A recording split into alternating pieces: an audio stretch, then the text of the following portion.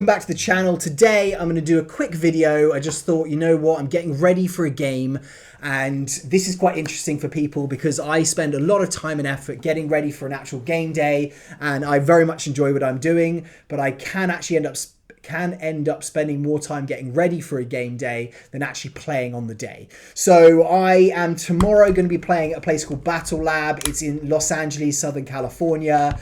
This one is an indoor CQB game. It's normally all dark at night time. Oh, lost you there. It's nearly all dark, and I'm playing it in the weekday evenings generally. But this is one of the 3 replicas I'm prepping for tomorrow. So I'm going to do a 3 kind of part little video prepping each one of the replicas that I'm going to be using tomorrow. This is going to be the first one, which is my Saiga 12 SBS gas blowback shotgun from Tokyo Marui.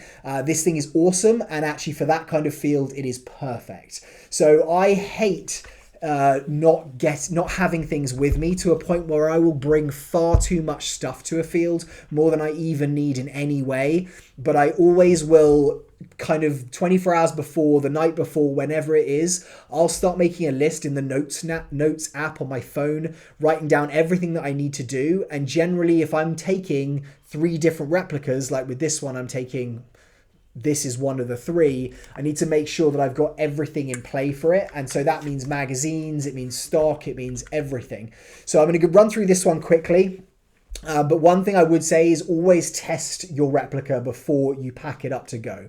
I've just shot this outside, so I know that it's working fine, but make sure you do test it, because there is nothing worse than going through prepping everything, making sure everything's good, dreaming about it the night before and excited to play with it, and then you get there and it doesn't work. So make sure you test it before you leave. The next things that I'll do is I'll actually just kind of make sure everything's solid. So my stock's in place here. This is working fine.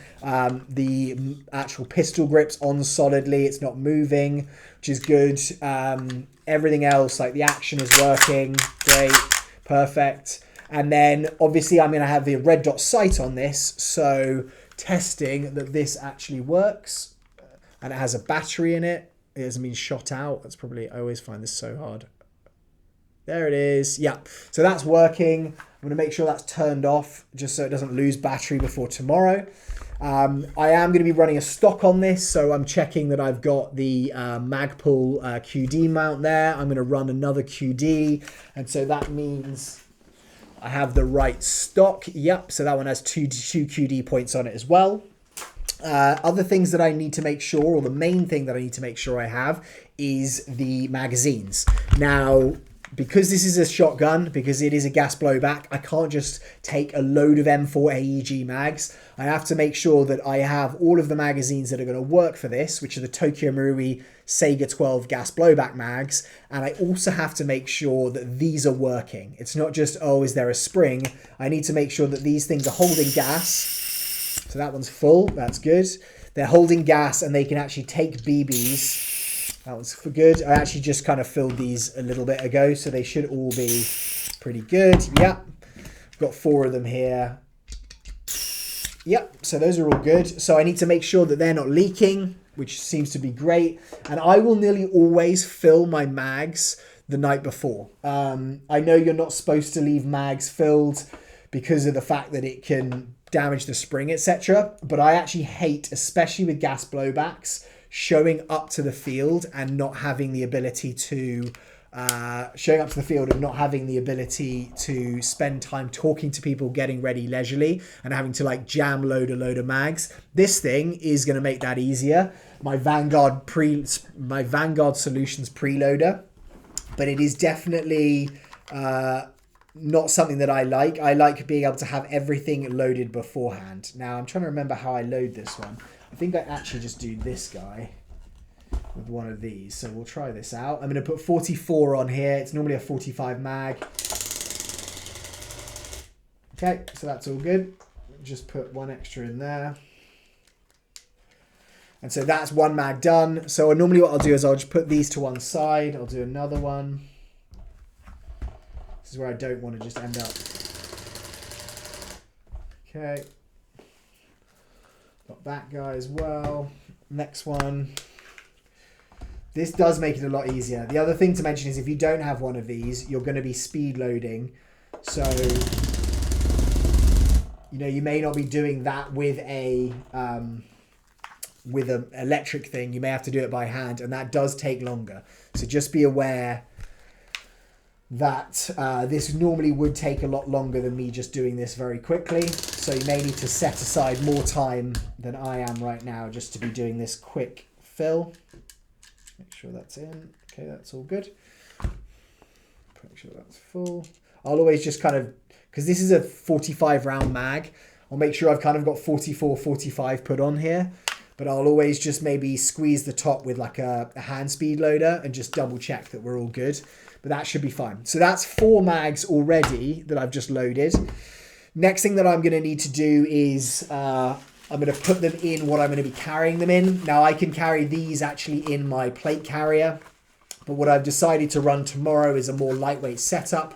So this is my unobtainium gear M110A1 placard with an H harness on it. And then I've actually got a dangler down below just with 2 more M110A1 mag pouches in there. So this is what I'm going to be using.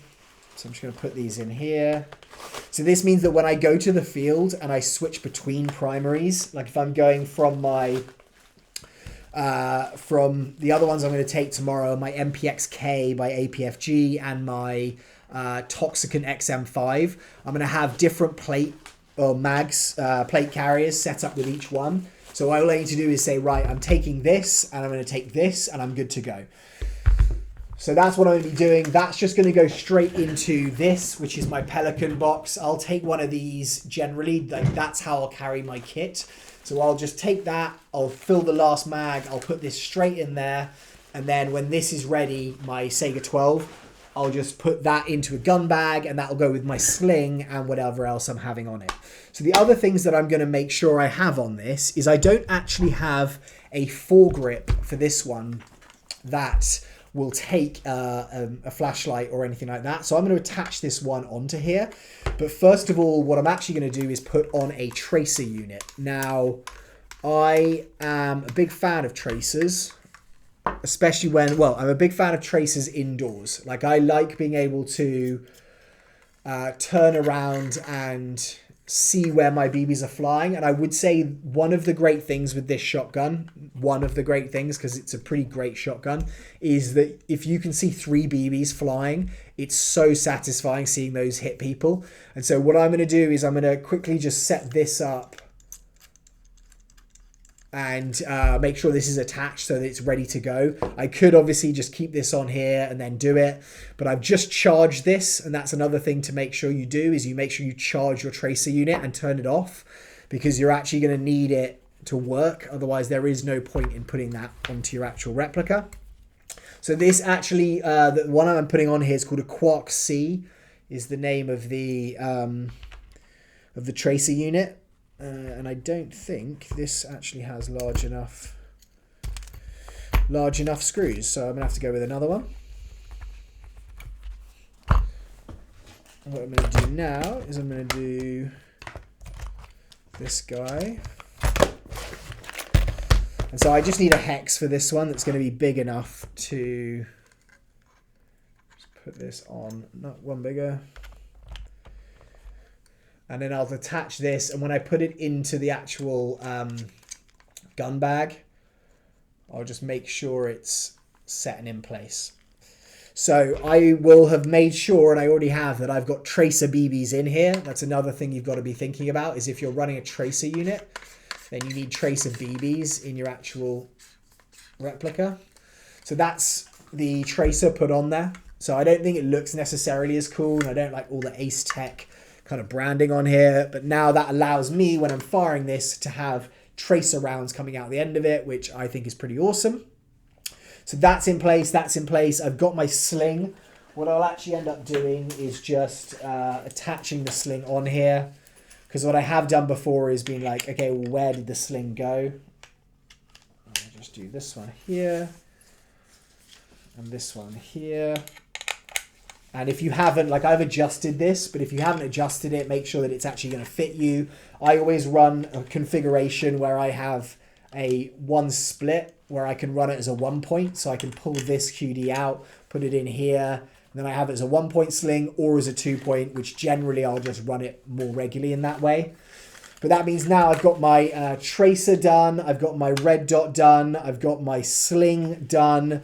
What I do want to do now is just to put this flashlight onto here. Now it's annoying because I would really like to get a handrail that actually allowed me to mount this properly, but I haven't found one. And so I'm actually going to go with a bit of like tape here, which should hopefully help me just kind of stick this on. I haven't actually used this tape before, so I'm going to get some of the tape out, but it should just allow me really, like it does with, it's almost like, what do you call it? Medical tape, you know, when you've got a broken arm, where you can put something in place and hold it there quite solidly. Now we'll see if this works, because I've got a good feeling that my idea of what's going to happen here and actually what's going to happen might not coincide.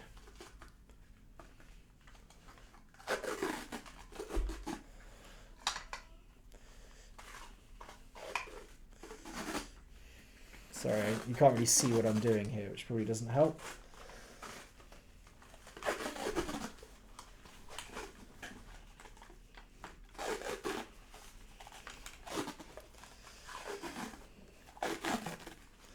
Okay, so what I've done here is I've actually just taken that flashlight and I've just wrapped it. And so now that's pretty solid.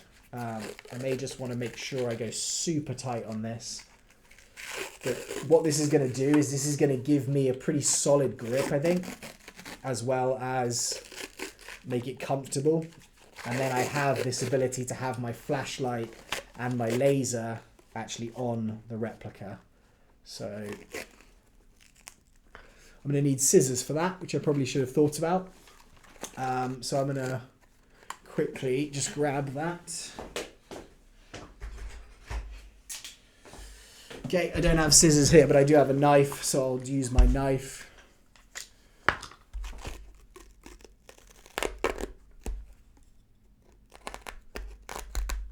Okay, so that's there, and then that is going to sit right there. So I think that's going to be pretty good. Yeah, it's got enough space for me to actually rack it. And then if I want to put it on, I've got that there. I've got a laser and a flashlight in this. I can show you that. There's a laser there too. It's probably quite hard to see. If I can actually show it to you. Yeah, it's hard to see that, but this is an Olight GL Mini, I believe. And that now allows me to have my shotgun, have my flashlight, have my tracer unit. So I think I'm looking pretty good from that. So that is me prepping that one replica. Now, the other things that I will also prep is my kit. I need to make sure my battle belt's all good to go. Generally, I'll just run that in one configuration and I'll switch out my plate carrier. I need to make sure that I have my face protection, which is, again, another thing that I'm running through on my list. My secondary and kind of any other small bits and pieces. But in terms of the actual replica for this, my Saiga 12 SBS, I'm just going to fill up the rest of those mags, put them in the mag, in the plate carrier, and then I am good to go on this. So I hope you found this interesting, guys. Let me know if you have any questions, and I will show you the next video in 1 second, or tomorrow, of me getting my next replica ready, and you can find out what that is in about 24 hours. Goodbye.